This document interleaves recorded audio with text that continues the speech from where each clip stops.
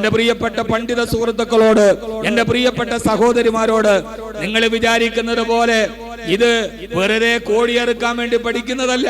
ഒരു മനുഷ്യൻ ഹാഫിളായി അവൻ ബിസ്മി പറഞ്ഞ് കോഴിയെറുക്കാൻ പഠിച്ചു, അല്ലെങ്കിൽ മരിക്കുന്ന വീട്ടിൽ അവൻ ഓതാൻ പഠിച്ചതല്ല. ഈ ഖുർആൻ ലിയുൻദിറ മൻ കാന ഹയ്യ, ജീവിച്ചിരിക്കുന്നവർക്ക് മുന്നറിയിപ്പ് നൽകാൻ വന്നതാണ്. മരണശേഷമുള്ള വൃത്താന്തം മാത്രം പറഞ്ഞതല്ല. അൽ ബക്കറ, നാൽക്കാലിയുടെ സ്വഭാവം. നാൽക്കാലികൾ കല്യാണം കഴിക്കാറില്ല. നമ്മുടെ തിരുവനന്തപുരത്തിന്റെ മ്യൂസിയത്തിന്റെ തെക്കേ കവാടത്തിൽ പോയാൽ ഇപ്പോൾ ഒരു വലിയ പ്രതിമ കാണാം, ദിനോസറിന്റേതാണ്.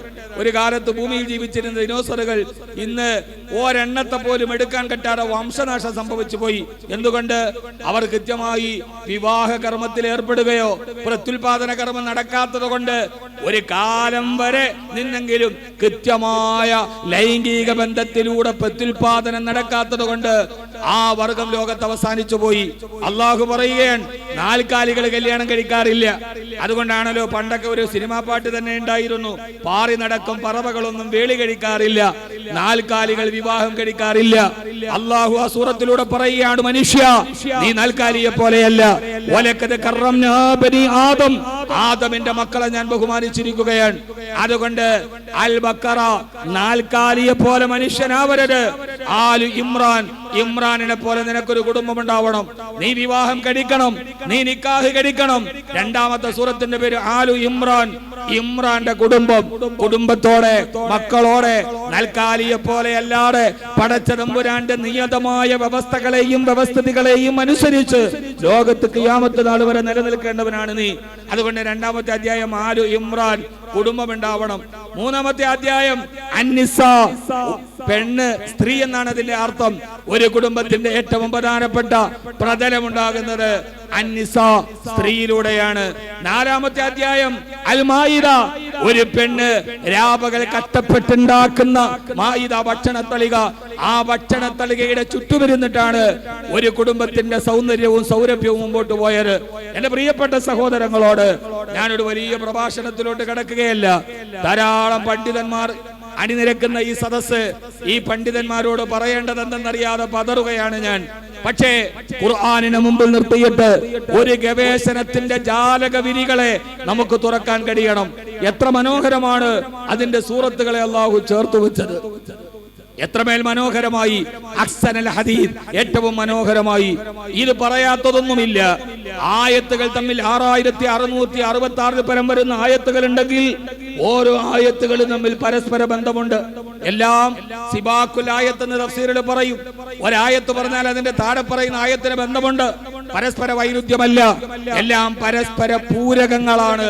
എന്റെ പ്രിയപ്പെട്ട സഹോദരങ്ങളെ, അതിന്റെ അധ്യായത്തിന് പേര് വെച്ചത്, അതിന്റെ സൂറത്തുകൾ അടുപ്പിച്ചടുപ്പിച്ചു വെച്ചത്, അതിന്റെ ആയത്തുകളെ ചേർത്ത് വെച്ചത്, ആറ്റം മുതൽ ആഖിറം വരെ, പരമാണു മുതൽ പരലോകം വരെ അള്ളാഹുവിന്റെ വിശുദ്ധമായ ഖുർആൻ ലോകത്തിന്റെ മുമ്പിൽ ഒരു വലിയ ജാലകത്തെ തുറന്നിടുകയാണ്.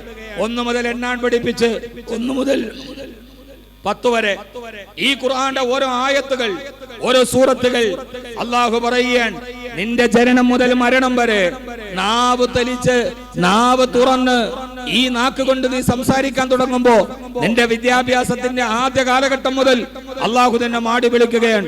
ജിയോഗ്രഫിയിലേക്ക്, ആസ്ട്രോണമിയിലേക്ക്, ബയോളജിയിലേക്ക്, രാഷ്ട്രമീമാംസയിലേക്ക് എന്നു വേണ്ട മനുഷ്യന്റെ മുഴുവൻ ബുദ്ധിജാലകങ്ങളെ മാടി വിളിച്ച അള്ളാഹുവിന്റെ വിശുദ്ധമായ ഖുർആൻ 1 മുതൽ 10 വരെ എണ്ണാൻ പഠിപ്പിച്ചപ്പോ ഖുർആൻ നിന്റെ കൂടെ തന്നെ ജീവിക്കുന്നുണ്ടായിരുന്നു. ഫദു ഇലാ തആമിൻ വാഹിദിൻ ഫഅർസൽനാ ഇലൈഹിം മുസ്നൈൻ ഫഅസ്സസ്നാ ബിസാലിസ് ഫഖുദ് അർബഅത മിന അത്വയ്ർ സയഖൂലൂന ഖംസത്തുൻ അല്ലദീ ഖലഖ അസ്സമാവാതി വൽ അർള വമാ ബൈനഹുമാ ഫി സിത്തത്തി അയ്യാം അല്ലദീ ഖലഖ സബഅ സമാവാതിൻ തിബാഖ ഥമാനിയത അസ്വാദിൻ വകാന ബിൽ മദീനത്തി തിസ്അതു റഹത്തിൻ തിൽക അശറത്തുൻ കാമില. 1 മുതൽ 10 വരെ ഖുർആൻ നമ്മളെ പഠിപ്പിക്കുകയാണ്. ഞാൻ പറയണ മനസ്സിലാവുന്നില്ലേ? സമയം വളരെ കുറവായതുകൊണ്ട് വളരെ പരിമിതമായ സമയത്തിന്റെ ഉള്ളിൽ വളരെ പ്രധാനപ്പെട്ട ഒരു പരിപ്രേക്ഷ്യത്തിന്റെ പ്രതലം അവതരിപ്പിക്കുക എന്നത് വളരെ പ്രധാനപ്പെട്ട ഒന്നാണ്. ഖുർആൻ നമ്മളോട് പറയാൻ, ഫദു ഇലാ 1 മുതൽ 10 വരെ നിങ്ങൾ എന്റെ കൂടെ എണ്ണു. ഫദു ഇലാ തആമിൻ വാഹിദ്, വാഹിദ് 1. സൂറത്ത് യാസീൻ ഫഅർസൽനാ ഇലൈഹിം മുസ്നൈൻ, ഇസ്നൈൻ 2. സയഖൂലൂന സലാസത്തുൻ 3. ഫഖുദ് അർബഅത മിന അത്വയ്ർ, സൂറത്തുൽ ബഖറ 4. സയഖൂലൂന ഖംസത്തുൻ സൂറത്തുൽ കഹ്ഫ് ഖംസത്തുൻ 5 അല്ലദീ ഖലഖസ് സമാവാതി വൽ അർദ വമാ ബൈനഹുമാ ഫീ സിത്തത്തി അയ്യാം 6 അല്ലദീ ഖലഖസ് സബഅ സമാവാതിൻ തിബാക സൂറത്തു നൂഹ് 7 ثمانية أزواج 8 وكان في المدينة 9 رهط 9 تلك 10 كاملة 10 ആരാണ് നിന്നെ നേരെ കൂടെ നടന്നത്? എന്നിൽ പഠിപ്പിക്കാൻ നിന്നെ പഠിപ്പിക്കുന്ന ഖുർആനിനെ ഞാൻ പറയുന്നത് അലമാരകളിൽ വലിച്ചു വെക്കാനുള്ളതല്ല ഈ ഖുർആൻ എന്ന് ലോകത്തോട് പറയാൻ നമുക്ക് കഴിയണം. തീർന്നില്ല. ഇന്നി റഅയ്തു അഹദ അശറ കൗകബ 11 ഇന്ന ഇദ്ദത ശുഹൂരി ഇൻദല്ലാഹി 12 ശഹറൻ ഫീ കിതാബില്ലാ 12 വവഅദിന മൂസ 30 ലൈല ഫഅത്മംനാഹാ ബി 10 വതമ്മ മീഖാതു റബ്ബിഹി 40 ലൈല 30 40 തീർന്നില്ല സഹോദരങ്ങളെ. എന്റെ വിദ്യാർത്ഥികളോട് ഞാനൊന്ന് ചോദിക്കട്ടെ, ഹിസ്റ്ററി പഠിക്കുന്നവരോട്, നിങ്ങളൊരു രാജ്യത്തെ കുറിച്ച് പഠിക്കുമ്പോ ആദ്യമായി രാജ്യത്തെ നിങ്ങൾ അളക്കുന്നത് എങ്ങനെയാണ്? ഉദാഹരണത്തിന് ഇന്ത്യയെ കുറിച്ച് പഠിക്കുന്നു, വിസ്തീർണം ഇത്ര. രണ്ടാമത്തേത് ജനസംഖ്യ, പോപ്പുലേഷൻ. ഒരു രാജ്യത്തെ ചൈനയുടെ പോപ്പുലേഷൻ, ഇന്ത്യയുടെ പോപ്പുലേഷൻ, ഒരു രാജ്യത്തെ അറിയാനുള്ള മാനദണ്ഡം പോപ്പുലേഷൻ ആണെങ്കിൽ ആ പോപ്പുലേഷന്റെ അടിസ്ഥാനത്തിൽ ഒരു രാജ്യത്തെ പരിചയപ്പെടുത്തണമെന്ന് ലോകത്തോട് പറഞ്ഞത് ആരാണ്? ആ പറഞ്ഞതാണ്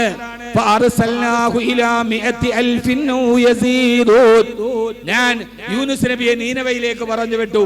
നീനവയിലെ ജനസംഖ്യ പോപ്പുലേഷൻ 100,000 ഞാൻ പറയുന്നത്, ഞാനൊരു എൻസൈക്ലോപീഡിയയുടെ വിജ്ഞാനവാതിലിനെ തുറക്കുകയല്ല. ഞാൻ എന്റെ ചിതറിയ ചിന്തകളെ നിങ്ങളോട് പറയുകയാണ്. നിങ്ങൾ എന്തിനാണ് ഈ ഖുർആനിനെ മാറ്റിവെച്ചത്? വഖാല റസൂലു യാ റബ്ബി ഇന്ന ഖൗമി ഇത്തഖദൂ ഹാദൽ ഖുർആന മഹ്ജൂറാ. ജീവിതത്തിന്റെ വെളിച്ചത്തിന്റെ വാതിൽ തുറന്ന ഈ ഖുർആനിനെ ഏത് സ്ഥാനത്തിലാണ് നിങ്ങൾ അകറ്റി നിർത്തിയത്? പോപ്പുലേഷനെ പറഞ്ഞ വിശുദ്ധ ഖുർആൻ. നമ്മുടെയൊക്കെ ചെറുപ്പകാലത്ത് ഒരു നാടകമുണ്ടായിരുന്നു. ആ നാടകത്തിൽ KPSCയുടെ ഒരു നാടകമുണ്ട്, നാറാണത്ത് ഭ്രാന്തൻ. നമ്മളൊക്കെ ചെറുപ്പകാലത്ത് കണ്ട നാടകമാണത്. കണ്ടിട്ടില്ല നിങ്ങള് KPSCയുടെ നാറാണത്ത് ഭ്രാന്തൻ? നിങ്ങളാരും കണ്ടിട്ടില്ല? മുത്തക്കിങ്ങള് നാറാണത്ത് ഭ്രാന്തൻ കേരളത്തിലെ ഏറ്റവും പ്രധാനപ്പെട്ട നാടക കൂട്ടായ്മയായിരുന്ന KPSCയുടെ മനോഹരമായ ഒരു കഥാപാത്രമാണ് നാറാണത്ത് ഭ്രാന്തൻ. നാറാണത്ത് ഭ്രാന്തൻ ഇന്നും സാഹിത്യത്തിലെ ഏറ്റവും മനോഹരമായ കഥാപാത്രമാണ്. രാവിലെ മുതൽ വൈകുന്നേരം വരെ വലിയ പാറക്കല്ല് പർവ്വതത്തിന്റെ മുകളിലേക്ക് ഉരുട്ടിക്കയറ്റി വൈകുന്നേരമാകുമ്പോൾ ആ കല്ലിനെ താഴോട്ട് ഉരുട്ടിവിടുന്ന നാറാണത്ത് ഭ്രാന്തൻ. ആ ഭ്രാന്തനാണ് വലിയ ഒരു സാഹിത്യ കഥാപാത്രമെങ്കിൽ എന്റെ ഹാഫിളീങ്ങളെ നിങ്ങൾക്കറിയുമോ? നിങ്ങൾ ബഹുമാനപ്പെട്ട ലത്തീഫ് ഉസ്താദിന്റെ അടുക്കൽ ഓതി തീർത്ത വിശുദ്ധമായ ഖുർആനിൽ റുബമാ ജുസ് എത്തുമ്പോ അതിന്റെ അവസാനത്തിൽ ഒരു ആയത്തുണ്ട്. എന്തെന്നറിയുമോ? വലാ തകൂനു കല്ലതീന ഖലത ഗസ്ലഹാ മിൻ ബഅദി ഖുവത്തിൻ അൻകാഫ. വലാ തകൂനു, നിങ്ങളാവരുത്. ഇവിടെ ശ്രദ്ധിച്ചേക്കീൻ. വലാ തകൂനു കല്ലതീന ഖലത ഗസ്ലഹാ മിൻ ബഅദി ഖുവത്തിൻ അൻകാഫ. നിങ്ങൾ ഒരു പെണ്ണിനെ പോലെ ആവരുത്. രാവിലെ മുതൽ വൈകുന്നേരം വരെ നൂല് ഇങ്ങനെ കറക്കിയിട്ട് വൈകുന്നേരമാകുമ്പോൾ അതിനെ തിരിച്ചു ചുറ്റിയിട്ട് അഴിച്ചു കളയുന്ന പെണ്ണിനെ പോലെ നിങ്ങൾ ആവരുത് എന്ന് പറഞ്ഞ വിശുദ്ധ ഖുർആൻ 1400 വർഷങ്ങൾക്ക് മുമ്പ് ഇത് പറയുമ്പോ അതിൽ നിന്നാണ് നാറാണത്ത് ഭ്രാന്തൻ എന്ന് പോലും ചിന്തിക്കാൻ എന്തുകൊണ്ടാണ് നമുക്ക് കഴിയാത്തത്? ജയറാനയിലെ പെണ്ണിനെ കുറിച്ച് ഉംറയ്ക്ക് പോകുമ്പോ ജയറാനയിൽ പോവാറുണ്ട്. ആ ജയറാനത്തിനെ കുറിച്ചാണ് പറയുന്നത്. നാറാണത്ത് ഭ്രാന്തനെ പറയുന്നതിന് നൂറ്റാണ്ടുകൾക്ക് മുമ്പ് വലാ തകൂനു കല്ലതീന ഖലത ഗസ്ലഹാ, നിങ്ങൾ ആ പെണ്ണിനെ പോലെ ആവരുത്. ചിന്തിക്ക് സഹോദര. നാടകത്തിൽ, റൊമാന്റിക് ഭാവനയിൽ, സംസ്കാരത്തിൽ, ഈ സാഹിത്യത്തിൽ കേരളത്തിലെ ഏറ്റവും വലിയ സാഹിത്യ നേതാവായിരുന്ന വൈക്കം മുഹമ്മദ് ബഷീർ, അദ്ദേഹം മരിച്ചു കഴിയുമ്പോ ഡോക്ടർ എം ലീലാവതി അദ്ദേഹത്തെ കുറിച്ചൊരു ആർട്ട് എഴുതുന്നുണ്ട് മലയാള മനോരമയിൽ. അതിലവർ പറയുന്നു, വൈക്കം മുഹമ്മദ് ബഷീറിന്റെ സാഹിത്യത്തിൽ എന്നെ ഏറ്റവും കൂടുതൽ സ്വാധീനിച്ച ഒരു വാക്ക് വൈക്കം പറയുന്നുണ്ട്, വെളിച്ചത്തിന് എന്തോ ഒരു വെളിച്ചം. വെളിച്ചത്തിന് എന്തോ ഒരു വെളിച്ചം. വൈക്കം മുഹമ്മദ് ബഷീറിന്റെ സാഹിത്യമാണ്. എവിടെ നിന്നാണ് വൈക്കം മുഹമ്മദ് ബഷീറിന് സാഹിത്യം കിട്ടിയത്? നൂറുൻ അലാ നൂർ, വെളിച്ചത്തിന്റെ മേൽ വെളിച്ചമാണ്. വെളിച്ചത്തിന്റെ മേൽ വെളിച്ചമാണ്. എന്റെ പ്രിയപ്പെട്ട സഹോദരങ്ങളെ, ആ വെളിച്ചത്തെ വൈക്കം മുഹമ്മദ് ബഷീർ പറയുന്നുണ്ട്. ഇങ്ങനെ അള്ളാഹുവിന്റെ വിശുദ്ധമായ ഖുർആൻ ലോകത്തോട് പറയുന്ന ഈ മനോഹരമായ ഒരു കാര്യത്തെ, നിങ്ങൾക്ക് സീരിയൽ ഇഷ്ടമാണോ? നിങ്ങൾക്ക് കഥകൾ ഇഷ്ടമാണോ? നിങ്ങളുടെ ജീവിതത്തിന്റെ എല്ലാവിധ ആസ്വാദനവും നിങ്ങൾക്ക് ഇഷ്ടമാണോ? നമ്മുടെയൊക്കെ പഴയ കാലത്ത് എന്റെ ജോലി അവസാനിക്കുകയാണ്. എന്റെ ടൈം എന്ന് പറഞ്ഞേക്കണേ അതിന്റെ ഉള്ളിൽ നിർത്തും. ഇനി എത്ര ടൈം കൂടി? 10 അതിന്റെ ഉള്ളിൽ അവസാനിക്കും. നമ്മളൊക്കെ പണ്ട് കാലത്ത് രാമായണവും മഹാഭാരതവും സീരിയൽ കാണാൻ പോവാറുണ്ട്. അവിടെ ഞാനൊക്കെ പോയിട്ടുണ്ട്. എന്റെ കൊച്ചുകാലത്ത് ഞാനൊക്കെ 8ാം ക്ലാസ്സിൽ പഠിക്കുന്ന സമയത്താണ് രാമായണവും മഹാഭാരതവും ദൂരദർശനിൽ പ്രക്ഷേപണം ചെയ്യുക. അന്ന് 9 മണിക്ക് പോയി അതും കാത്തിരിക്കുന്നത് പെരുന്നാളിന് പറ കാണുന്ന മാതിരിയാണ്. ദൂരദർശന്റെ ആ സൗണ്ടോട് കൂടി വരുമ്പോ ആ സമയത്ത് മഹാഭാരതത്തിൽ ഒരു വലിയ കഥ കണ്ടിട്ട് നമ്മളൊക്കെ അന്തം വിട്ട് നിന്നിട്ടുണ്ട്. കൗരവർ ഉണ്ടാക്കിയ മനോഹരമായ കൊട്ടാരത്തിലോട്ട് കടന്നു ചെല്ലുന്ന പാണ്ഡവരുണ്ടാക്കിയ മനോഹരമായ കൊട്ടാരത്തിലേക്ക് കൗരവർ പോകുമ്പോ ആ കൊട്ടാരത്തിലോട്ട് കയറുന്നതിന് മുമ്പ് ഒരു വലിയ അരുവി ഇങ്ങനെ ഒരുങ്ങുന്നുണ്ട്. അരുവിയുടെ മുമ്പിലെത്തുമ്പോ കൗരവർ ദുര്യോധനനും ദുശാസനനും ഒക്കെ ചരിത്രത്തിൽ ആദ്യമായി സ്വന്തം മക്കൾക്ക് ദൂ ചേർത്ത് പേരിടേണ്ടി വന്ന ഒരേ ഒരു ഗതികേടിന്റെ പിതാവ് ധൃതരാഷ്ട്രരാണ്. ദുസ്വഭാവം ദുര്യോധനൻ ദുശാസനൻ അവരാ കൊട്ടാരത്തിലോട്ട് കയറുന്ന സമയത്ത് ഈ അരുവി കാണുമ്പോ അവരുടെ വസ്ത്രാഞ്ചലങ്ങൾ ഇങ്ങനെ ഉയർത്തിപ്പിടിച്ച് അരുവിയിലോട്ട് കാലി ചവിട്ടാൻ പോകുമ്പോ അപ്പുറത്തിരുന്ന് ശ്രീകൃഷ്ണൻ പറയുന്നുണ്ട്, അത് അരുവിയല്ല, അരുവിയുടെ മുകളിൽ ഒരു സ്ഫടികമുണ്ട്, അത് നിങ്ങൾ അരുവിയായി കരുതിയതാണെന്ന്. എന്റെ പ്രിയപ്പെട്ട സഹോദരൻ, നിങ്ങൾക്കറിയുമോ സൂറത്തുൻ നംലിൽ ബൽഖീസ് രാജി സുലൈമാൻ നബിയുടെ കൊട്ടാരം കാണാൻ പോകുമ്പോ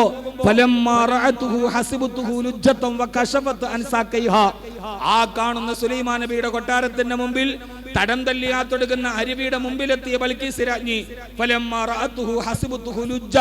അതൊരു തിരമാലയാണ്, ഓളമാണെന്ന് കരുതി തന്റെ കാലിന്റെ ഭാഗത്ത് നീ ഈ വസ്ത്രം അങ്ങനെ വെക്കുമ്പോ അപ്പുറത്തുനിന്ന് സുലൈമാൻ നബി പറയുന്നുണ്ട്, ഇന്നഹു സർഹു മുമറദും മിൻ ഖവാരീർ, അത് അതിന്റെ മുകളിൽ സ്ഫടികമാണെന്ന്. എവിടെ നിന്നാണ് ഉമ്മത്തെ? കടൽ കടന്നു വന്ന വിദേശ സംസ്കാരങ്ങളെയും ഈ സ്കലിതങ്ങളെയും നമ്മൾ ചേർത്ത് പിടിച്ച് അത്ഭുതമാണെന്ന് പറയുകയും അത് ലോകത്തിനു മുമ്പ് നമ്മളോട് പറഞ്ഞു തന്ന വിശുദ്ധമായ സൂറത്തുൻ നംലിന്റെ ചരിത്രങ്ങൾ, ബൽഖീസ് രാജ്ഞിയുടെ ചരിത്രങ്ങൾ എന്തുകൊണ്ട് നമുക്ക് കെട്ടുകഥയായിട്ട് തോന്നുന്നു? സൂറത്തുൻ നംലിൽ വലിയ അത്ഭുതമുണ്ട്. ചോദിക്കുന്നുണ്ട് സുലൈമാൻ നബി, അയ്യക്കും മാസക്കണക്കിന് ദൂരം വഴിദൂരമുള്ള ബൽഖീസ് രാജ്ഞിയുടെ സിംഹാസനത്തിലെ ആ കൊട്ടാരത്തിലെ സിംഹാസനം ആരാണ് എനിക്ക് കൊണ്ടുവന്നു തരിക? ആ സമയത്താണ് കാല ഇഫ്രീത്തും മിനൽ ജിന്നി അനാ ആതീക ബിഹി ഖബല അൻ തഖൂമ മിൻ മഖാമിക്. ഇഫ്രീത്ത് എഴുന്നേറ്റ് എന്നിട്ട് പറയുന്നുണ്ട്, അനാ ആതീക ബിഹി ഖബല അൻ തഖൂമ മിൻ മഖാമിക, നിങ്ങൾ ഇരിക്കുന്നിടത്ത് നിന്ന് എഴുന്നേൽക്കുന്നതിന് മുമ്പ് ഞാൻ ഈ വിശുദ്ധമായ ആ കൊട്ടാരം ഞാൻ കൊണ്ടുവന്ന് കൊട്ടാരത്തിലെ കട്ടിൽ കൊണ്ടുവന്ന് തരാം. അപ്പോഴാണ് ആസിഫ് ഇബ്നു ബറഖയെ എഴുന്നേറ്റ് എന്ന് പറയുന്നത്. ഒരൽപ്പം 10 മിനിറ്റ് മാത്രം അനുവദിക്കപ്പെട്ട ഒരു ചെറിയ ഹുസ്വ പ്രഭാഷണത്തിൽ പരിമിതപ്പെടുത്താൻ പറയുന്ന ഒരു വാക്കുകൾക്കുള്ളിൽ വെച്ച് ഞാൻ പറയുകയാണ്, അങ്ങയുടെ കണ്ണടച്ച് ചിമ്മി തുറക്കുന്നതിന് മുമ്പ് ഞാനത് കൊണ്ടുവന്ന് തരാം. കണ്ണടച്ച് ചിമ്മണമെങ്കിൽ എത്ര സെക്കൻഡ് വേണം? കണ്ണടച്ചൊന്ന് ചിമ്മി തുറക്കണമെങ്കിൽ എത്ര സെക്കൻഡ് വേണം? 1 സെക്കൻഡ്. ഒരു സെക്കൻഡിന് മുമ്പ്, അതായത് അര സെക്കൻഡിന് മുമ്പ് സെക്കൻഡിനെ വിഭജിക്കാമെന്ന് ശാസ്ത്രം പറയുന്നത് 2020കളുടെ തുടക്കത്തിലാണ്. ഈ സെക്കൻഡിനെ വിഭജിക്കാമെന്ന് ഒരു പണ്ഡിതൻ ബഹുമാനപ്പെട്ട സുലൈമാൻ നബിയുടെ സദസ്സിൽ പറയുന്നത് BC 1050ലാണ്. എന്റെ പ്രിയപ്പെട്ട സഹോദരങ്ങളോട് സഹോദരിമാരോട് ഞാൻ അവസാനിപ്പിക്കുകയാണ്. ഇങ്ങനെ പറഞ്ഞാൽ തീരാത്ത അല്ലാഹു നസ്സല അഹ്സനൽ ഹദീസ്, ഏറ്റവും മനോഹരമായ ഏറ്റവും സുന്ദരമായ ആ മനോഹരമായ ഒരു ഭാഷയെ അള്ളാഹു നിങ്ങൾക്ക് അവതരിപ്പിച്ചു തരുന്നുണ്ട്. ആളുകളുടെ ഹൃദയത്തിലോട്ട് തുളച്ചു കയറുന്ന, ആളുകളെ മുഴുവനും തന്റെ ആവരണത്തിലോട്ട് കൊണ്ടുവരുന്ന അള്ളാഹുവിന്റെ വിശുദ്ധമായ ഖുർആൻ, ഹബീബായ റസൂലുള്ളാഹി സ്വല്ലല്ലാഹു അലൈഹി വസല്ലമ ആ വിശുദ്ധ ഖുർആന്റെ മനോഹരമായ പദാവലി കൈബാലയത്തിന് മുമ്പിൽ പാരായണം ചെയ്യുമ്പോൾ അത് കേൾക്കാൻ വേണ്ടി വരുന്ന ആളുകൾ ഖുർആനിനെ ആ മധുരോദാരമായ ശബ്ദം കേട്ട് ഖുർആനിൽ ആകട്ടരാക്കിയപ്പോഴാണ് വലീദ് ബിൻ റബീഅയോട് മക്കക്കാര് പറഞ്ഞത്, വലീദേ, നീ മുഹമ്മദ് സല്ലല്ലാഹു അലൈഹി വസല്ലമയോട് പറയണം, എന്ത് വേണമെങ്കിലും നീ പാരായണം ചെയ്തോളൂ, പക്ഷേ അല്ലാഹുവിന്റെ ഖുർആൻ പാരായണം ചെയ്യരുത്. വലീദ് ബിൻ റബീഅ ആളുകളെ തന്റെ സ്വതസിദ്ധമായ ശൈലി കൊണ്ട് ആളുകളെ നമ്മളൊക്കെ പറയുന്നത് പോലെ നല്ല സോപ്പിട്ട് സംസാരിച്ച് താൻ പറയുന്നതിലേക്ക് ആളുകളെ വശീകരിക്കാൻ കഴിയുന്ന സംസാരത്തിൽ മാസ്മരികതയുള്ള ആളാണ് വലീദ് ബിൻ റബീഅ. ഹബീബായ നബി മുഹമ്മദ് മുസ്തഫ സല്ലല്ലാഹു അലൈഹി വസല്ലമ കൈബാലയത്തിന്റെ മുമ്പിൽ നിൽക്കുമ്പോൾ വലീദ് ബിൻ റബീയ ഹബീബിന്റെ അടുക്കൽ പോകുന്നുണ്ട്. മുഹമ്മദ് സല്ലല്ലാഹു അലൈഹി വസല്ലം, എന്തേ ഞാൻ നീയും കുടുംബ ബന്ധുക്കളാണ്, നമ്മൾ തമ്മിൽ മാസങ്ങളായുള്ള ബന്ധങ്ങളാണ്, നമ്മുടെ ബന്ധങ്ങൾക്ക് തടസ്സം നിൽക്കുന്ന സമൂഹത്തിൽ വിഘാതമുണ്ടാക്കുന്നതൊന്നും മുഹമ്മദ് നീ ചെയ്യരുത് സല്ലല്ലാഹു അലൈഹി വസല്ലം. ഹബീബായ നബി തങ്ങളെ തന്റെ മാസ്മരീകമായ സംസാരത്തിന്റെ ഉള്ളിലേക്ക് കടത്തിക്കൊണ്ടുവന്ന് അവസാനം വലീദ് ബിൻ റബീയ തന്റെ ഇരു കൈകൾ മഹാനായ റസൂലുള്ളാഹി സ്വല്ലല്ലാഹു അലൈഹി വസല്ലമയുടെ ഇരു തോളിലേക്ക് വെച്ച് വലീദ് ബിൻ റബീയ പറഞ്ഞു, മുഹമ്മദ് സ്വല്ലല്ലാഹു അലൈഹി വസല്ലം, നിന്നോട് ഞാൻ ഒരേ ഒരു കാര്യം പറയുകയാണ്. ഹബീബ് വലീദിന്റെ മുഖത്തേക്ക് തുറിച്ചു നോക്കിയപ്പോ, നീ എന്ത് വേണമെങ്കിലും പാരായണം ചെയ്തോളൂ, പക്ഷേ വിശുദ്ധമായ ഖുർആനിനെ നാവ് കൊണ്ട് നീ ഓതി പോകരുത് എന്ന് ഹബീബായ നബി തങ്ങളോട് പറയുമ്പോ മഹാനായ റസൂലുള്ളാഹി സ്വല്ലല്ലാഹു അലൈഹി വസല്ലം വലീദ് ബിൻ റബീയയുടെ മുഖത്ത് നോക്കിയിട്ട് ഹബീബായ നബി സ്വല്ലല്ലാഹു അലൈഹി വസല്ലം ഓതുന്നുണ്ട്, ഫഅമ്മാദും ഫസ്തക്ബറു ഫിൽ അർളി ബിഗൈരിൽ ഹഖ് ഫഖാലൂ മൻ അശദ്ദു മിന്നാ ഖുവ്വ അവലം യറൗ അന്നല്ലാഹല്ലദീ ഖലഖഹും ഹുവ അശദ്ദു മിന്നാ ഖുവ്വ ഫഅമ്മാ സമൂദ് ഫഹദൈനാഹും ഫസ്തഹബ്ബുൽ അമാ അലൽ ഹുദാ. ആദ് സമൂഹം അഹങ്കാരികളായിരുന്നു. അല്ലാഹുവിനോട് അവർ അഹങ്കാരം കാണിച്ചപ്പോ ഭൂമിയുടെ പുറംതൊലിയിൽ നിന്ന് ഞാൻ അവരെ തകർത്ത് കളഞ്ഞു. സമൂദ് ഗോത്രത്തിന് വെളിച്ചം കൊടുത്തിട്ട് അവർ ഇരുട്ടിനെ പ്രണയിച്ചവരാണ്. ആകാശ ലോകത്തുനിന്ന് ഒരു വെള്ളിടി മുഴങ്ങിയപ്പോ ആ സമൂഹം ഈ ലോകത്ത് നിന്ന് തളർന്ന് തരിപ്പണമായി പോയെന്ന ആദ് സമൂദ് ഗോത്രത്തിന്റെ ഗതകാല സമൂഹത്തിന്റെ പതനകഥ പറഞ്ഞപ്പോ വലീദ് ബിൻ റബീയ പേടിച്ചരണ്ടുപോയി, കൈകാലുകളെ വിറച്ചുപോയി. ഹബീബായ നബി തങ്ങളുടെ കൈ തട്ടി മാറ്റിയിട്ട് വലീദ് ബിൻ റബീയ മക്കക്കാരുടെ അടുക്കലേക്ക് ഓടവേ അബൂജഹൽ ചോദിക്കുന്നുണ്ട്, വലീദേ എന്തു പറ്റിപ്പോയി? മുഹമ്മദ് അത് സമ്മതിച്ചോ സല്ലല്ലാഹു അലൈഹി വസല്ലം. ആ സമയത്ത് ഹബീബായ നബി തങ്ങളോട് വലീദ് ബിൻ റബീയ പറയുന്നൊരു വാക്കുണ്ട്, അബൂജഹലേ, ഉത്തുബത്തെ, ഇനി ഒരിക്കലും നിങ്ങൾ മുഹമ്മദിന്റെ അടുക്കലേക്ക് എന്നെ പറഞ്ഞു വിടരുത്. ഞാൻ മുഹമ്മദ് സല്ലല്ലാഹു അലൈഹി വസല്ലമയോട് ഖുർആൻ ഓതരുതെന്ന് പറഞ്ഞപ്പോ ആ മുഹമ്മദ് എന്നോട് ചില വാക്യങ്ങൾ ഓതി കേൾപ്പിച്ചു. വല്ലാഹി ഇന്നഹു ലഹലാവ ഇന്നഹു ലതലാവ ഇന്നഹു യഅലാ ലാ യുഅലാ. വല്ലാഹി പടച്ച തമ്പുരാനെ തന്നെയാണ് സത്യം. ഇന്നഹു ലഹലാവ, ആ ഖുർആനിന് എന്തോ ഒരു മാധുര്യമാണ്. വഇന്നഹു ലതലാവ, എന്തോ ഒരു ഒഴുക്കാണ് അതിൻ്റെത്. ഇന്നഹു യഅലാ ലാ യുഅലാ, അതിനെ ജയിക്കാൻ ലോകത്തൊരാൾക്ക് സാധ്യമല്ല. പരാജയപ്പെടുത്താൻ കാലത്തിന്റെ വക്താക്കൾക്ക് കഴിയാത്ത മഹാഗ്രന്ഥത്തെ മനഃപ്പാഠമാക്കിയവരെ, ആകാശ ലോകത്തിന് അനുഗ്രഹങ്ങളെ ചേർത്തുവെച്ചവരെ, മദീനയിലെ ഉബയ്യ് ഇബ്നു കഅബ് റളിയല്ലാഹു അൻഹുവിന്റെ കൊച്ചു കുടിൽ ലക്ഷ്യമാക്കി ഹബീബായ നബി തങ്ങൾ വരുന്നുണ്ട്. ഉബയ്യേ, അല്ലാഹുവിന്റെ ആജ്ഞ വന്നിട്ടുണ്ട് നിന്റെ മുമ്പിൽ വന്ന് സൂറത്തുൽ ബയ്യിന പാരായണം ചെയ്യാൻ. ഉബയ്യ് ഇബ്നു കഅബിന്റെ കുടിലിലേക്ക് വിരുന്നുവന്ന് വിശുദ്ധ ഖുർആൻ. ഹബീബായ നബി തങ്ങൾ ഉബയ്യ് ഇബ്നു കഅബ് റളിയല്ലാഹു അൻഹുവിന്റെ മുമ്പിൽ വെച്ച് ചോദിക്കുന്ന ഒരു ചോദ്യമുണ്ട്. ഈ സനദ് സമ്മേളനം ഈ ഒരു വാക്ക് പറഞ്ഞിട്ട് ഞാൻ അവസാനിപ്പിക്കട്ടെ. യാ റസൂലല്ലാഹ്, ഖുർആൻ അവതരിപ്പിക്കപ്പെട്ടത് അങ്ങയുടെ മുമ്പിലല്ലോ. എന്റെ കുടിലിൽ വന്നിട്ട് എന്നെ മുമ്പിലിരുത്തി എനിക്ക് ഖുർആൻ ഓതിത്തരാൻ അല്ലാഹു പറയുകയോ? അതെ ഉബയ്യേ, ആകാശ ലോകത്ത് നിന്ന് വഹി വന്ന് നിന്റെ കുടിലിൽ വന്ന് പാരായണം ചെയ്യാൻ ഹബീബായ നബി സല്ലല്ലാഹു അലൈഹി വസല്ലമ ഉബയ്യ് ഇബ്നു കഅബ് റളിയല്ലാഹു അൻഹുവിനെ പാരായണം ചെയ്യുന്നു. ബിസ്മില്ലാഹിർ റഹ്മാനിർ റഹീം. ലം യകുനിൽ ലദീന കഫറൂ മിൻ അഹ്ലിൽ കിതാബി വൽ മുശ്രികീന മുൻഫഖീന ഹത്താ തഅതിയഹുൽ ബയ്യിന.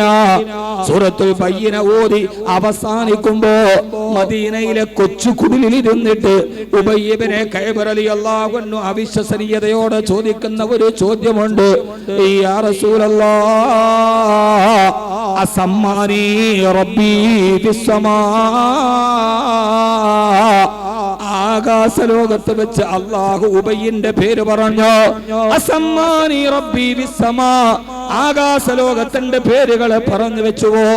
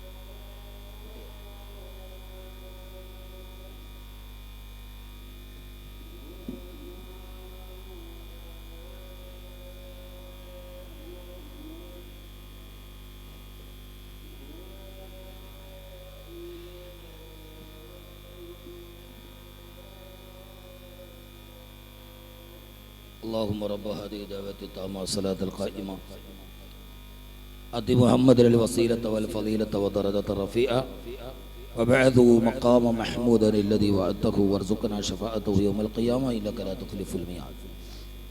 ഞാൻ അവസാനിപ്പിക്കുകയാണ്. ഉബയ്യ് ഇബ്നു കഅബ് റളിയല്ലാഹു അൻഹു സഹാബാക്കളിലെ ഏറ്റവും നല്ല ഖാരിഅൻ. സഹാബാക്കളിൽ വിവിധ ഡിപ്പാർട്ട്മെന്റിലെ വിശാരദന്മാരുണ്ട്. വഅഫ്റലുഹും സയ്യിദ് ഇബ്നു സാബിത്ത് വഅഖറഹും ഉബയ്യ് ഇബ്നു കഅബ് വഅലമുഹും ബൈനൽ ഹലാലി വൽ ഹറാം മുആദ് ഇബ്നു ജബൽ. സഹാബാക്കളിലെ ഏറ്റവും പ്രശസ്തനായ ഖാരി വഅഖറഹും ഉബയ്യ് ഇബ്നു കഅബ് റളിയല്ലാഹു അൻഹു. സഹോദരങ്ങളെ, ഈ 40 ഹാഫിളീങ്ങൾ, ഹാഫിളത്തുകൾ, ഉമ്മമാരെ, ഉപ്പമാരെ, നിങ്ങളുടെ വീട്ടിലെ കുടിലുകൾ ഉബയ്യ് ഇബ്നു കഅബ് റളിയല്ലാഹു അൻഹുവിന്റെ കുടിലാകും. മദീനത്തെ പള്ളിയിൽ ആകാശത്ത് നിന്ന് വന്ന വഹിയുമായി ഉബയ്യ് ഇബ്നു കഅബ് എന്ന ഏറ്റവും നല്ല ഖാരിഇന്റെ വീട്ടിൽ പോയിരുന്ന് ആ ഖുർആൻ അവതരിപ്പിക്കപ്പെട്ട പ്രവാചകൻ ഓകുന്നുണ്ട്. ഒരു ഹാഫിൾ നിന്ന് നിങ്ങളുടെ വീട്ടിലേക്ക് വരുമ്പോൾ മുക്കുന്ന ഹിഫ്ളുൽ ഖുർആനിലേക്ക് നിങ്ങളുടെ മക്കളെ ഏൽപ്പിച്ചു കൊടുത്ത് അവരെ മനഃപ്പാടമാക്കി സനദ് വാങ്ങി ഇന്ന് നിങ്ങളുടെ വീട്ടിലേക്ക് വരുമ്പോൾ, ഉമ്മമാരെ, നിങ്ങളുടെ വീട് സാധാരണ വീടല്ല, അത് ഉബയ്യ് ഇബ്നു കഅബിന്റെ വീടാണ്. അവർ സാധാരണക്കാരല്ല. അസമ്മാനി റബ്ബി ബിസ്സമാ, ആകാശലോകത്തെ പേരുകൾ രേഖപ്പെടുത്തുന്ന അപൂർവം ചില ഭാഗ്യശാലികൾ അവരെ ഹാഫിളീങ്ങളാണ്.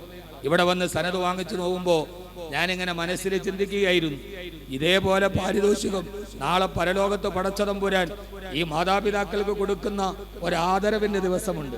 ഇന്നീ വാങ്ങിച്ചവര് പോകുമ്പോൾ ഞാൻ ഇങ്ങനെ ആ ചിത്രത്തെ മനസ്സിൽ കാണുകയായിരുന്നു. പടച്ചവനെ, നാളെ രത്നഖചിത സിംഹാസനത്തിൽ രൂഢരായിരിക്കുമ്പോ സുന്ദരമായൊരു തലപ്പാവ് തലയിലണിപ്പിക്കുമ്പോ എന്തിനാണ് ഞങ്ങളെ ഇത് അണിയിക്കുന്നതെന്ന് മാതാപിതാക്കൾ ചോദിക്കവേ, നിങ്ങൾ ഹാഫിളീങ്ങളുടെ മാതാപിതാക്കളാണ് എന്ന് ആകാശലോകത്തിന്റെ മലക്കുകൾ വിളിച്ചു പറയുന്ന മനോഹരമായൊരു ബഹുമതി കിട്ടുന്ന ഒരു വലിയ ആഘോഷമുണ്ട്. ഇന്ന് ഇവര് വാങ്ങിച്ചെങ്കിൽ ഭൂമിയിലും ആകാശത്തിലും ഒരേപോലെ ആദരവ് കിട്ടുന്ന ലോകത്തിലെ ഏറ്റവും പ്രധാനപ്പെട്ട ഒരു സന്നദ്ധദാന സമ്മേളനമാണ്. ഡോക്ടറേറ്റ് ആണെങ്കിൽ ഇവിടെ മാത്രം, എഞ്ചിനീയറിംഗ് ആണെങ്കിൽ ഇവിടെ മാത്രം. പക്ഷേ ഇതുപോലൊരു സന്നദ്ധ സമ്മേളനം അവിടെയും നടക്കും. ഈ മണ്ണിലും വിണ്ണിലും സമാനമായ ചടങ്ങുകൾ ഒരേപോലെ നടക്കുകയും തൊട്ടവരും സ്പർശിച്ചവരും സഹായിച്ചവരും കൂടെ നിന്നവരും ഒക്കെ ആദരിക്കപ്പെടുകയും ചെയ്യുന്ന ഒരു വലിയ മഹാ പാരിതോഷികമുണ്ടെങ്കിൽ അത് ഖുർആനാണ്. സഹാബാക്കളിൽ ഏറ്റവും പൊക്കം കുറഞ്ഞ സഹാബിയാണ് അബ്ദുല്ലാഹി ഇബ്നു മസ്ഊദ് റളിയല്ലാഹു അൻഹു.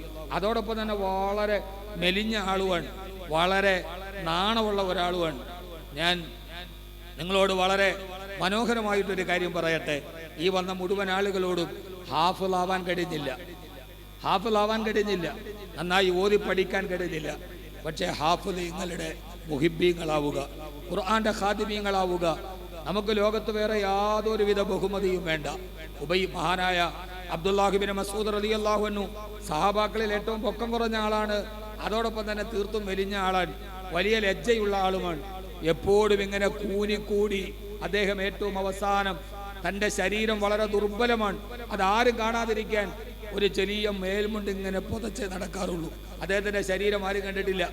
ഒരു ദിവസം ഹബീബായ നബി തങ്ങളുടെ സദസ്സിലിരിക്കുമ്പോൾ അബ്ദുല്ലാഹി ഇബ്നു മസ്ഊദ് റളിയല്ലാഹു അൻഹുവിന്റെ ശരീരം അല്പം മാറി, അദ്ദേഹത്തിന്റെ കാല് കണ്ടു. ഇത് കണ്ട് സഹാബാക്കൾ ഊറിച്ചിരിച്ചു. കാരണം കാടപ്പക്ഷിയുടെ കാലിനേക്കാൾ മെലിഞ്ഞ ഒരു കാലുമായി ഹബീബിന്റെ ചെരുപ്പും പിടിച്ചു നടന്ന സഹാബി ഇബ്നു മസ്ഊദ് റളിയല്ലാഹു അൻഹു. ആ കാല് കാടപ്പക്ഷിയുടെ കാലിന്റെ വലിപ്പം പോലും ഇല്ലാത്ത ഇബ്നു മസ്ഊദ് റളിയല്ലാഹു അൻഹുവിന്റെ കാല് കണ്ട് സഹാബാക്കൾ ഊറിച്ചിരിച്ചു. റസൂലുള്ളാഹി സ്വല്ലല്ലാഹു അലൈഹി വസല്ലം ഇത് കണ്ടു. സഹാബത്തിനോട് ചോദിച്ചു, സഹാബ, എന്റെ ഇബ്നു മസ്ഊദിന്റെ കാലിന്റെ ചെറുപ്പം കണ്ടിട്ടാണോ നിങ്ങൾ എൻ്റെ ഇബ്നു മസ്ഊദിനെ കളിയാക്കി ചിരിക്കുന്നത്? ഹബീബായ നബി സല്ലല്ലാഹു അലൈഹി വസല്ലം പറയുന്നുണ്ട്, ആ ചെറിയ കാൽ വലഹുമാ ഫിൽ മീസാനി അസ്കലു മിൻ ഉഹദ്. എൻ്റെ ഇബ്നു മസ്ഊദിന്റെ കാലുകൾക്ക് നാളെ പരലോകത്ത് മീസാൻ എന്ന ത്രാസിൽ ഉഹദ് പർവ്വതത്തെക്കാൾ ഭാരമുണ്ട്. ഒരു കാടപ്പക്ഷിയുടെ കാലിന്റെ വലിപ്പം പോലും ഇല്ലാത്തൊരു കാലിന് നാളെ പരലോകത്ത് ഉഹദ് പർവ്വതത്തെക്കാൾ ഇതിന് ഭാരമുണ്ടെന്ന് പറയവേ സഹാബത്ത് ചോദിച്ചു, എന്തുകൊണ്ട്? നിങ്ങൾക്കറിയോ എൻ്റെ ഇബ്നു മസ്ഊദിന്റെ കാൽ എങ്ങനെയാണ് ചെറുതായതെന്ന്? സൂറത്തുർ റഹ്മാൻ അവതരിപ്പിക്കപ്പെട്ടു. അർ റഹ്മാനു അല്ലമൽ ഖുർആൻ ആയത്ത് കേട്ടപ്പോൾ ഇബ്നു മസ്ഊദ് റളിയല്ലാഹു അൻഹു ചോദിച്ചു, യാ റസൂലല്ലാഹ്, ഞാൻ ഈ സൂറത്തൊന്ന് കഅബയുടെ മുകളിൽ കയറി ഓതിക്കോട്ടെ, എന്ത് രസമാണ് ഇത് കേൾക്കാൻ. ഹബീബായ നബി തങ്ങൾ അനുമതി നൽകി. ഇബ്നു മസ്ഊദ് റളിയല്ലാഹു അൻഹു കഅബാലയത്തിന്റെ മുകളിൽ കയറി അർ റഹ്മാനു അല്ലമൽ ഖുർആൻ ഓതുമ്പോൾ മക്കക്കാർ ഓടിച്ചെന്ന് ഈ മുകളിൽ നിൽക്കുന്ന ഇബ്നു മസ്ഊദിനെ തങ്ങളുടെ വില്ലുകൾ കണ്ട കാലിൽ ആഞ്ഞടിച്ചു. അദ്ദേഹത്തിന്റെ മാസം കാലിൽ നിന്ന് പറഞ്ഞ് വെളിയിലേക്ക് വീണു. രക്തം തടം തല്ലിയാ തുടങ്ങി. ഇബ്നു മസ്ഊദ് റളിയല്ലാഹു തആല കഅബാലയത്തിന്റെ മുകളിൽ നിന്ന് ഈ കഅബയുടെ മത്താഫിലേക്ക് വീണു. അവിടെ ഇബ്നു മസ്ഊദ് റളിയല്ലാഹു തആലാന്റെ രക്തം കാല് പൊട്ടിയിട്ട് തടം തല്ലിയാ തുടങ്ങി. ഇന്നത്തെ മക്കാമ ഇബ്രാഹിം നിൽക്കുന്നതിന്റെ പുറകിലാണ് ഇബ്നു മസ്ഊദ് റളിയല്ലാഹു അൻഹു വീഴുന്നത്. റസൂലുള്ളാഹി സ്വല്ലല്ലാഹു അലൈഹി വസല്ലം പറയുന്നുണ്ട്, സഹാബ, ഖുർആൻ ഓതിയതിന്റെ പേരിൽ മാംസങ്ങൾ പൊളിഞ്ഞുപോയി. ദുർബലമായ കാലാണ് എൻ്റെ ഇബ്നു മസ്ഊദിന്റേത്. ഈ കാലിന് നാളെ പരലോകത്ത് മീസാൻ എന്ന ത്രാസിൽ ഉഹദ് പർവ്വതത്തെക്കാൾ ഭാരമുണ്ടാകും. സഹോദരങ്ങളെ, നമ്മൾ ഹാഫിളായില്ല, നമുക്ക് ആവാൻ കഴിഞ്ഞില്ല. ഹാഫിളീങ്ങളെ സ്നേഹിക്കീൻ, ഹാഫിളീങ്ങൾക്ക് വേണ്ടി ഓടി നടക്കീൻ. നിങ്ങളുടെ ശരീരം എത്ര ദുർബലമെങ്കിലും, നിങ്ങൾ എത്ര വലിയ രോഗികളെങ്കിലും, നമുക്കൊരു പദവിയും വേണ്ട, ഒരു പ്രതാപവും വേണ്ട, ഒരു മേൽവിലാസവും വേണ്ട. ഈ ശരീരം ഖുർആനിന് വേണ്ടി ചെലവഴിച്ച ശരീരമാണെങ്കിൽ, ഈ ശരീരം മെലിഞ്ഞത് ഖുർആന് വേണ്ടി ഓടിയിട്ടാണെങ്കിൽ, ഈ കൈകൾ ദുർബലമായത് ഖുർആന് വേണ്ടി ഓടിയിട്ടാണെങ്കിൽ, തീർച്ചയായും മീസാൻ എന്ന ത്രാസിൽ അതിന് ഉഹദ് പർവ്വതത്തെക്കാൾ പ്രായമുണ്ടാകും. ഞാൻ അവസാനിപ്പിക്കാൻ പോകുന്നതിന് മുമ്പ് നമ്മുടെ മുമ്പിലിരിക്കുന്ന ഒരു മനുഷ്യൻ, ഇന്ന് ഞാനിത് പറഞ്ഞില്ലെങ്കിൽ, ഇനി പറയാൻ എനിക്കൊരു അവസരം കിട്ടിയില്ലെങ്കിലോ, ഇനി എനിക്ക് പറയാനൊരു അവസരം കിട്ടിയില്ലെങ്കിൽ ഞാൻ എപ്പോഴെങ്കിലും പറയണമെന്ന് ആഗ്രഹിച്ചിരുന്നു. പക്ഷേ ഇപ്പോൾ അത് പറയണമെന്ന് എൻ്റെ മനസ്സെന്നോട് പറയുന്നു. ഇനി പറയാൻ കഴിഞ്ഞില്ലെങ്കിലോ, പടച്ചവനവൻ ആയുസ്സിന്റെ പുസ്തകത്തിൽ ബാക്കി വെച്ചിട്ടില്ലെങ്കിലോ, ഞാൻ അവസാനിപ്പിക്കുന്നതിന് മുമ്പ് ഒരു മനുഷ്യൻ ഇതിലൂടെ വളരെ അവശതയോടെ തൻ്റെ തലയുടെ ഭാഗം കുനിഞ്ഞ് ഇവിടേക്ക് കയറി വന്നിരിക്കുന്നുണ്ട്. ബഹുമാനപ്പെട്ട കടക്കൽ ഉസ്താദ്, ഞാനൊക്കെ ശൈഅം മദ്കൂറല്ലാത്ത ഒരു കാലത്ത്, ഞാനെന്നൊരു പ്രഭാഷകനെ ചിന്തിക്കപ്പെടാത്ത ഒരു കാലത്ത് കേരളത്തിന്റെ പ്രഭാഷണ വേദികളെ അടക്കി ഭരിച്ച സുൽത്താനാണ് അദ്ദേഹം. ഖുർആൻ കേരളത്തിന്റെ പ്രഭാഷണ വേദികളിൽ ദിവസങ്ങളോളം മാസങ്ങളോളം പ്രഭാഷണം നടത്തിയ ബഹുമാനപ്പെട്ട കടക്കൽ ഉസ്താദിനെ നിങ്ങൾ കാണുന്ന ഈ രൂപത്തിനപ്പുറം, ഈ ചരിത്രത്തിനപ്പുറം ഒരു ഭൂതകാലമുണ്ട്. ആ ഭൂതകാലം കേരളത്തിന്റെ മുഴുവൻ മഹല്ലുകളിലും 10-12 ദിവസം കേരളത്തിന്റെ മതപ്രഭാഷണ വേദികളെ അടക്കി ഭരിച്ച അദ്ദേഹത്തിന്റെ വാഗ്ദോരണിയുണ്ട്. എന്റെ നാടായ കാഞ്ഞാറിലടക്കം ഇദ്ദേഹത്തെ ഞാൻ കാണുന്ന ഒരു പൂർവ്വകാല രൂപമുണ്ട്. മതപ്രഭാഷണ വേദികളിലെ ഗതകാല ചരിത്രത്തിലെ ഏറ്റവും സുന്ദരനായ മതപ്രഭാഷകൻ, നല്ല സുന്ദരമായ കളറുള്ള, നല്ല ഓജസ്സും തേജസ്സുമുള്ള അന്ന് ഉസ്താദിനെ കാണാൻ വേണ്ടി മാത്രം ആളുകൾ വന്നിരുന്നു.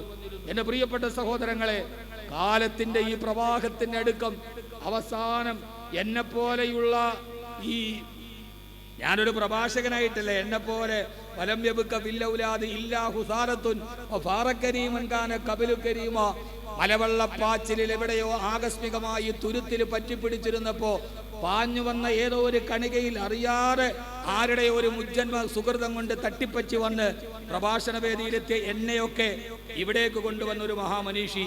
ഇന്ന് ആ മനുഷ്യനെതിരെ നടക്കുമ്പോൾ ആ കാലുകൾ, ഉറപ്പിച്ച കാലുകൾ വേക്കുന്നുണ്ടെങ്കിൽ, നടന്നു പോകുന്ന ആ ശരീരത്തിന് നടക്കാൻ കഴിയുന്നില്ലെങ്കിൽ, നാളെ പരലോകത്ത് ചെല്ലുമ്പോ ദുർബലമായ കാലുകൾക്ക്, ശോഷിച്ച ആ കൈകൾക്ക് വലഹുമാ ഫിൽ മീസാനി അസ്കലു മിൻ ഉഹദ്, ഉഹദ് പർവ്വതത്തെക്കാൾ ഭാരമുണ്ടാകും.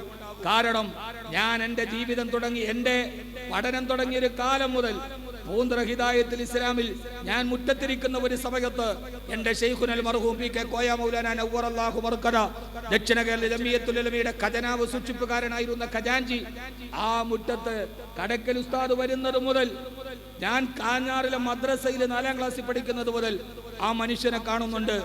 ആ ഒരു ആയുസ് മുഴുവനും ഓടി നടന്ന് മുക്കുന്നത്ത് മന്നാനിയക്ക് വേണ്ടി എല്ലാവരും രാജകൊട്ടാരത്തിന്റെ പട്ടുമത്തകളിൽ അധികാരത്തിന്റെ ഗർവമായിയാണ് നമ്മൾ നായകന്മാരെ കാണുന്നതെങ്കിൽ, ഞാൻ ഒരാളുടെ അടുക്കലും ഇതേവരെ കൈ നീട്ടിയിട്ടില്ല എന്ന് പറയുന്നത് മേന്മയായി കാണുമ്പോൾ ആ മനുഷ്യൻ കൈ നീട്ടി, ആ മനുഷ്യൻ പർവ്വതങ്ങൾ തടഞ്ഞു, ആ മനുഷ്യൻ കടലുകൾ നടന്നു. അദ്ദേഹത്തിന്റെ ജീവിതത്തിന്റെ നാവിന് മുഴുവനും മന്നാനിയ എന്ന് പറയാത്തൊരു പ്രസംഗം നടത്തിയിട്ടില്ല. ഒരു നിക്കാഹിന് നമുക്ക് പലപ്പോഴും ഒരു പരിഹാസം തോന്നും. പലപ്പോഴും ഞാൻ ആ മനുഷ്യനെ പലപ്പോഴും കണ്ടിട്ടുണ്ട്. ആളുകൾ പലതും പറയുമ്പോഴും ചിരിച്ചുകൊണ്ട് നടന്നു പോകുന്ന ആ മനുഷ്യനെ ഇന്ന് 73 ഹാഫിളുകൾ, എത്ര യതീമക്കളുടെ വിവാഹങ്ങൾ. സഹോദരങ്ങളെ, നമ്മളൊക്കെ ഇങ്ങനെ വലിയ മേന്മ നടിച്ചിട്ട് അത് ഇതെന്നൊക്കെ പറയുമ്പോൾ നാളെ ഈ മനുഷ്യന്റെ കണ്ണടഞ്ഞിട്ട് ഈ ഭൂമുറ്റത്ത് കൊണ്ടുപോയി വെച്ചാൽ അഗതികളും അനാഥകളുമായ നൂറുകണക്കിന് മക്കൾ പറയും, ഉപ്പയില്ലാത്ത ഞങ്ങൾക്കൊരു ഉപ്പയായിരുന്നു, ഞങ്ങൾക്ക് സാന്ത്വനം തേടി വന്നപ്പോൾ ഒരു സാന്ത്വനമായിരുന്നു, ഞങ്ങളെ ചേർത്ത് പിടിച്ചൊരു മനുഷ്യനുണ്ടായിരുന്നു. സഹോദരങ്ങളെ, കുറ്റവും കുറവുണ്ടാവും, മലക്കല്ലല്ലോ, മനുഷ്യനായതുകൊണ്ട് എല്ലാവർക്കും കുറ്റവും കുറവുണ്ടാവും. പക്ഷെ ഇതുപോലെ ഒന്ന് ഉണ്ടാക്കാൻ, ഇതുപോലെ ഒന്ന് നിർമ്മിക്കാൻ, ഞാൻ 60ഉം 70ഉം വയസ്സ് ഇവിടെ ജീവിച്ചിട്ട് എനിക്കിതുപോലെ ഒന്നും ചെയ്യാൻ കഴിഞ്ഞില്ലെങ്കിൽ ആ ചെയ്ത മഹാമനുഷ്യന് അള്ളാഹു കടക്കൽ ഉസ്താദിന് അള്ളാഹു ആ ബഹുമതി കൊടുത്ത് അനുഗ്രഹിക്കട്ടെ. എനിക്ക് എന്നേ തോന്നിയിട്ടുണ്ട്, ഈ ജനാവലി മുഴുവന് കടക്കൽ ഉസ്താദിനെ ആദരിക്കേണ്ട ഒരു സമയം വളരെയേറെ കടന്നുപോയിട്ടുണ്ട്.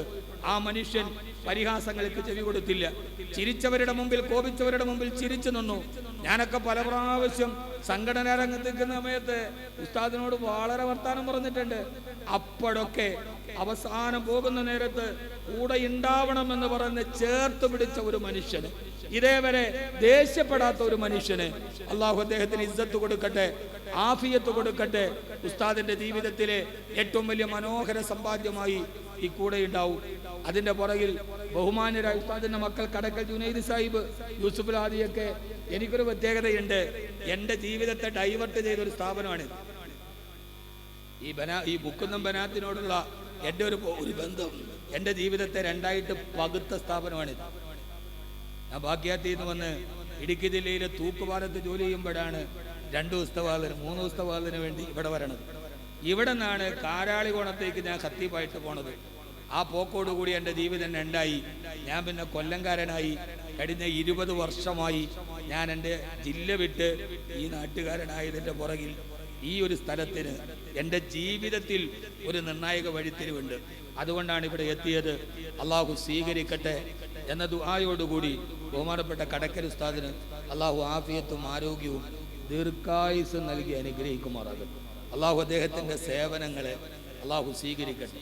ഈ വാർദ്ധക്യകാലത്തും ഇപ്പോഴും കിടക്കുമ്പോഴും ഉണരുമ്പോഴും മന്നാനിയ, ബനാത്ത്, ഇതൊക്കെ തന്നെ അള്ളാഹു ആഗ്രഹം പൂവണിയിച്ച് ബഹുമതികൾ സ്വീകരിച്ച് ഈ ലോകത്ത് നിന്ന് വിട പറയാൻ അള്ളാഹു നമുക്കെല്ലാവർക്കും തൗഫീക്ക് നൽകി അനുഗ്രഹിക്കുമാറാകട്ടെ എന്ന ദുആയോടുകൂടി ഇതിനുശേഷം ബഹുമാനപ്പെട്ട ഹാഫിൽ കുമ്മനം നിസാഹുദ്ദീൻ അസരി അവരുടെ മുഖ്യപ്രഭാഷണം നടക്കും, ദുആ നടക്കും. എല്ലാവരും ഇത് കഴിഞ്ഞിട്ടേ പോകാവൂ. ഞാൻ എൻ്റെ വാക്കുകൾ ഉപസംഹരിക്കുന്നു. അസ്സലാമു അലൈക്കും വറഹ്മത്തുള്ളാഹി തആല വബറകാതുഹു. അസ്സലാമു അലൈക്കും. എല്ലാവരും അവിടെ തന്നെ ഇരിക്കുക. അൽഹംദുലില്ലാഹ്, പടച്ചവൻ്റെ അനുഗ്രഹം പെയ്തിറങ്ങിക്കൊണ്ടിരിക്കുക. കഴിഞ്ഞ 2 ദിവസമായി എത്ര ശുക്ർ ചെയ്യണം എന്നറിയില്ല. എല്ലാവരും കാലാവസ്ഥയുടെ പ്രതികൂല സാഹചര്യങ്ങളെപ്പറ്റി ഉത്കണ്ഠപ്പെട്ടു. അതുപോലെ തന്നെ നമ്മുടെ മന്നാനിയയുടെ മാതൃസ്ഥാപനമായ മന്നാനിയയുടെ സമ്മേളനം കഴിഞ്ഞതിന് ശേഷമുള്ള ചുരുങ്ങിയ ഒരാഴ്ച അല്ലെങ്കിൽ 10 ദിവസം കൊണ്ടാണ് ഈ പരിശ്രമം ഒക്കെ നടത്തി ഇങ്ങനെ എത്തിയത്. 2 കാരണങ്ങൾ: മുഖ്ലിസീങ്ങളായ പണ്ഡിതന്മാരുടെ, നേതാക്കളുടെ പ്രാർത്ഥന, ഇവിടുത്തെ ഹാഫിദീങ്ങളുടെ, യതീമക്കളുടെ ഒക്കെ. മറ്റൊന്ന്, നമ്മുടെ ഈ നാട്ടുകാരായ മുഴുവൻ സഹോദരങ്ങളുടെയും അവിരാമമായ പരിശ്രമം. അതൊക്കെ പടച്ചവൻ കബൂൽ ചെയ്തതിൻ്റെ ഒരു വിജയമാണ് ഇന്നലെയും ഇന്നുമായി നാം ആസ്വദിച്ചു കൊണ്ടിരിക്കുന്നത്. ഇനി ഒരൊറ്റ ചടങ്ങ് കൂടിയാണ് അവശേഷിക്കുന്നത്. അതും കൂടി കഴിഞ്ഞിട്ട് വേണം നമുക്ക് പിരിയാൻ. ദൂരത്ത് നിന്ന് വന്നവരുണ്ട്, നാട്ടുകാരായി കുഴഞ്ഞു നിൽക്കുന്നവരുണ്ട്, ഇന്നലെ ഒട്ടും ഉറങ്ങാതെ. അതുപോലെ കഴിഞ്ഞ ദിവസങ്ങളിലെയൊക്കെ പരിശ്രമം കൊണ്ട് പലരുമുണ്ട്. എന്തുണ്ടെങ്കിലും ശരി, അല്പം കൂടി നമുക്കൊന്ന് ത്യാഗം സഹിച്ചുകൊണ്ട് കുറച്ച് സമയം കൂടി ഇവിടെ നിൽക്കാം. ഇവിടെ അഭിമന്യരായ പണ്ഡിത ശ്രേഷ്ഠന്മാരുടെ, അതുപോലെ പ്രഗത്ഭരായ നേതാക്കളുടെ എല്ലാവരുടെയും ഒത്തിരി പ്രഭാഷണങ്ങൾ, ഉപദേശങ്ങൾ എല്ലാം നാം കേട്ട് കഴിഞ്ഞു. ഏറ്റവും അവസാനമായി നമ്മുടെ നേരത്തെ ഇവിടെ സൂചിപ്പിച്ച പോലെ നമ്മുടെ കാഞ്ഞാർ അഹമ്മദ് കബീർ വാക്കവി നമ്മുടെ നാടുമായി ഹൃദയബന്ധമുള്ള, ഇവിടെ പറഞ്ഞതുപോലെ ഈ നാട്ടിലേക്ക് തന്നെ, തെക്കൻ കേരളത്തിലേക്ക് തന്നെ വരാൻ കാരണമായ ഈ സ്ഥാപനം, ഈ നാടുമായിട്ടുള്ള ബന്ധം എപ്പോഴും അദ്ദേഹം ഹൃദയത്തിൽ സൂക്ഷിക്കുന്നു. അതിൻ്റെ ഭാഷണമാണ് നാം ഇവിടെ കേട്ടത്. അതുകൊണ്ട് പ്രിയമുള്ളവരെ, അതിനുശേഷം ഇനിയിപ്പോൾ കുമ്മനം നിസാമുദ്ദീൻ അസ്ഹരി അവർകൾ, നമുക്കറിയാം ഈ നാടുമായി അതുപോലെ ആത്മബന്ധമുള്ള ഉസ്താദ് അവർകൾ, അഭിവന്ദ്യനായ തഴവ ഉസ്താദിൻ്റെ പേരക്കുട്ടി കൂടിയാണ്. ഇവിടെ സ്ഥിരമായി ഇവരൊക്കെ തന്നെയും സ്ഥിരമായി വന്നുകൊണ്ടിരിക്കുകയാണ്. നമ്മൾ എല്ലാവരും വളരെ അനുഗ്രഹീതമായ ഒരു സ്ഥാപനമാണ്. എല്ലാവരും സന്തോഷത്തോടു കൂടി വരുന്ന, ഈ നാടും സന്തോഷത്തോടു കൂടി സ്വീകരിക്കുന്ന എല്ലാം ഒത്തിണങ്ങിയ ഒരു നല്ല അന്തരീക്ഷമാണ്. അതിൻ്റെ സമാപനത്തിലേക്ക് കടക്കുകയാണ്.